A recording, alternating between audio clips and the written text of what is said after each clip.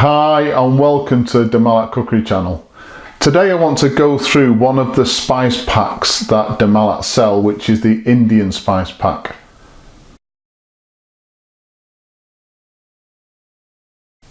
And I thought the best way to do that is to just show you how to make a very basic British Indian restaurant curry.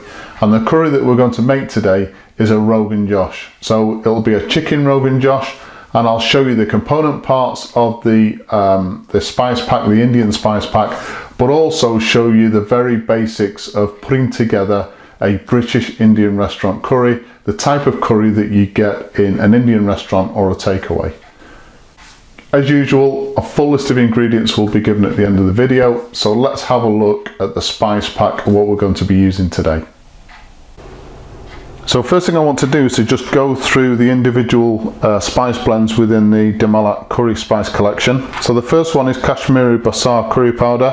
This is a very specialist curry powder. On its own will produce a medium to hot curry that you really won't be familiar with. It won't have that traditional British Indian restaurant taste.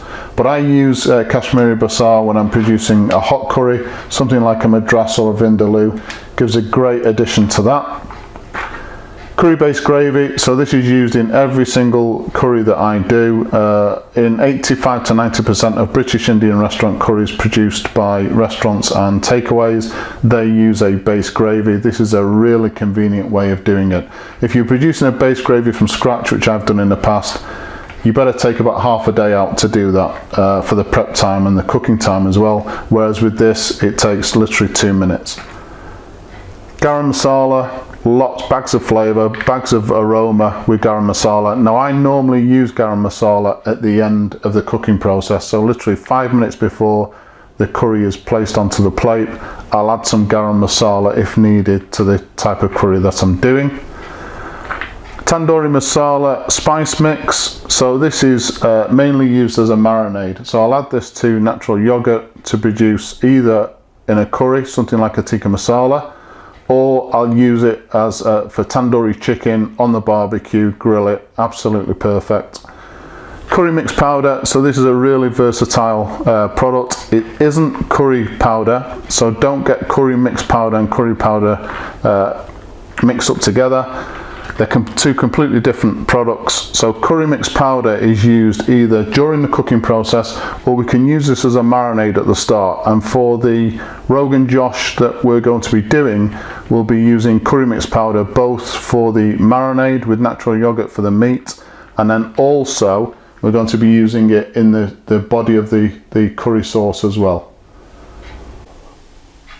Okay, so this is enough ingredients to make a chicken Rogan Josh for about 4 people. I know it looks a bit busy on here, but let's get through it as best we can. So we've got 500 grams of chicken breast meat which has been cubed. Now that's about 3 medium-sized chicken breasts. 600 milliliters of curry based gravy. If you want to know how to make this, it's very easy, but on the tikka masala video on the YouTube channel, that shows you how to do it. But also every single pack that goes out from the MALAT has this little piece of paper which describes exactly how to make the base gravy. Very easy to do. So that's 600 milliliters of base gravy. We've got 1 red pepper which has been sliced. We've got 1 medium-sized onion which has been chopped. I like to put in some fresh tomato as well. So this is just some baby plum tomato which I found in the fridge, but I would normally use a salad tomato and just quarter it. We want a teaspoon of garlic and ginger paste. So this is something that I purchased from the Asian supermarkets, fairly cheap. We want a tablespoon of tomato puree, a tablespoon of the tikka masala spice mix, 2 tablespoons of the curry mixed powder, a teaspoon of methi leaves. So this is fenugreek leaves, very useful in curries.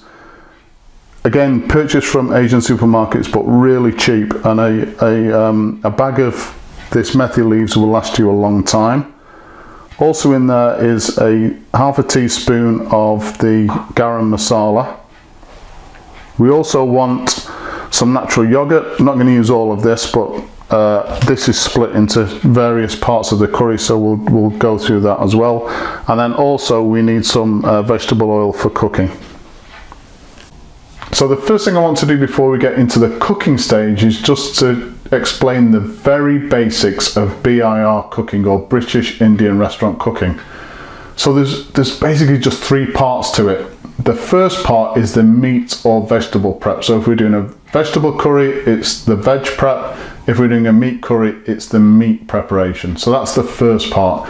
Because when you buy a curry from an Indian restaurant or a takeaway, almost 100% of the time, that meat or those vegetables have been pre-cooked or pre-prepared. So the first part is the meat or vegetable prep. The second part is the base gravy. We already know how to do that, so that's already sorted. And then the third part is really what defines one curry from another, which is the herbs and spices which go into that curry dish, which are unique to that particular curry. So it's only three parts. So obviously we're going to start now with the meat preparation, so let's crack on and do that. So the first thing we need to do is our meat preparation. So we need to prep the chicken. So in this bowl I've got roughly 4 tablespoons of the natural yogurt, and to that I've added half of our curry mix powder, which is about a tablespoon. Mix that all in, and then we add the chicken. And just make sure that you coat the chicken thoroughly with the natural yogurt and curry mix powder mix. So once that's all mixed in, the next thing is to cover this bowl with cling film, place it into the fridge for a minimum of 2 hours. Ideally overnight would be even better, and then that gives that marinade a lot of time to penetrate into the meat and give you that depth of flavour. So we're going to put this in the fridge for 2 hours, we'll come back and then we'll go through the next step. So the second part of this meat preparation process is to actually pre-cook the chicken.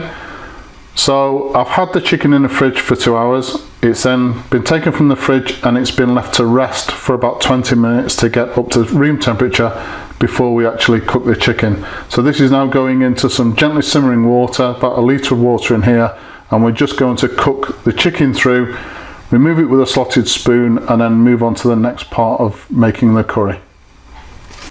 So into a large heavy based frying pan, I want to place some oil. About 3 to 4 tablespoons of vegetable oil. Now one thing that the Indian restaurants use is a thing called seasoned oil, and that's basically just waste oil that they save from cooking things like onion barges, anything spicy, and that gives a nice seasoned oil. I haven't got the luxury of that, so again, with the curry mixed powder, very versatile products, we can actually make our own seasoned oil. So I just want to take a little bit of the tablespoon we have left and actually drop that into the oil, and then we're just going to gently cook that through.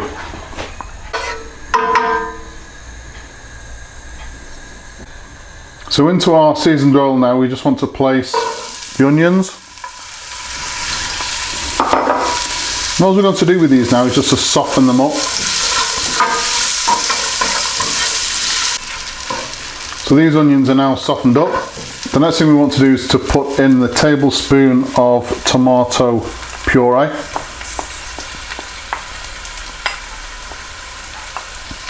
It's important that we cook this through just to get the raw edge off the puree itself.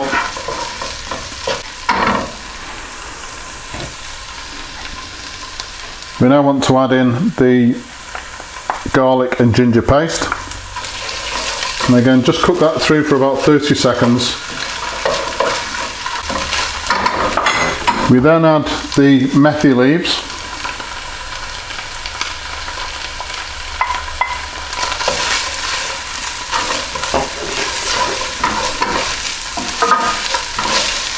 Again, about 30 seconds just to soften those up. Into the pan now goes the red pepper. We'll just gently cook that through for another 2 minutes. So now I'm just going to add a little bit of the base gravy.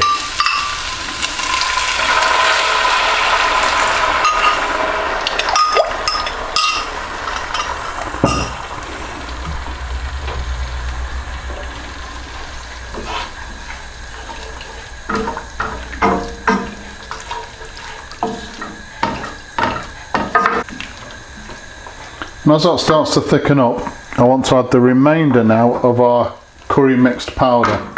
So this will be just under a tablespoon. Mix that in.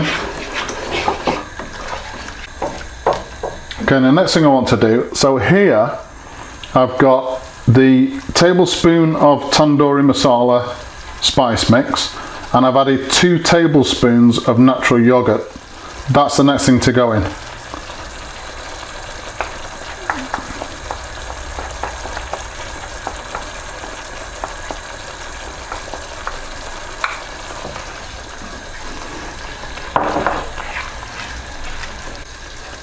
I'm now going to add some more of the curry based gravy.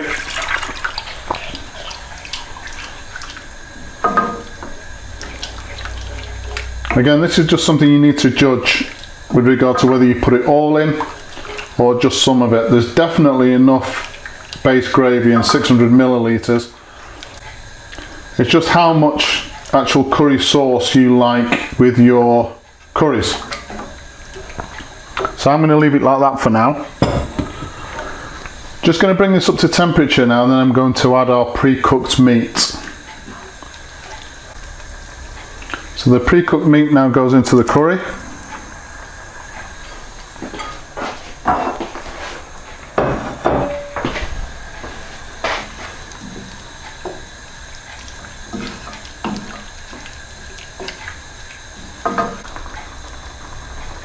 So now it's back up to a simmering point. I'm going to add the tomatoes, the fresh tomatoes,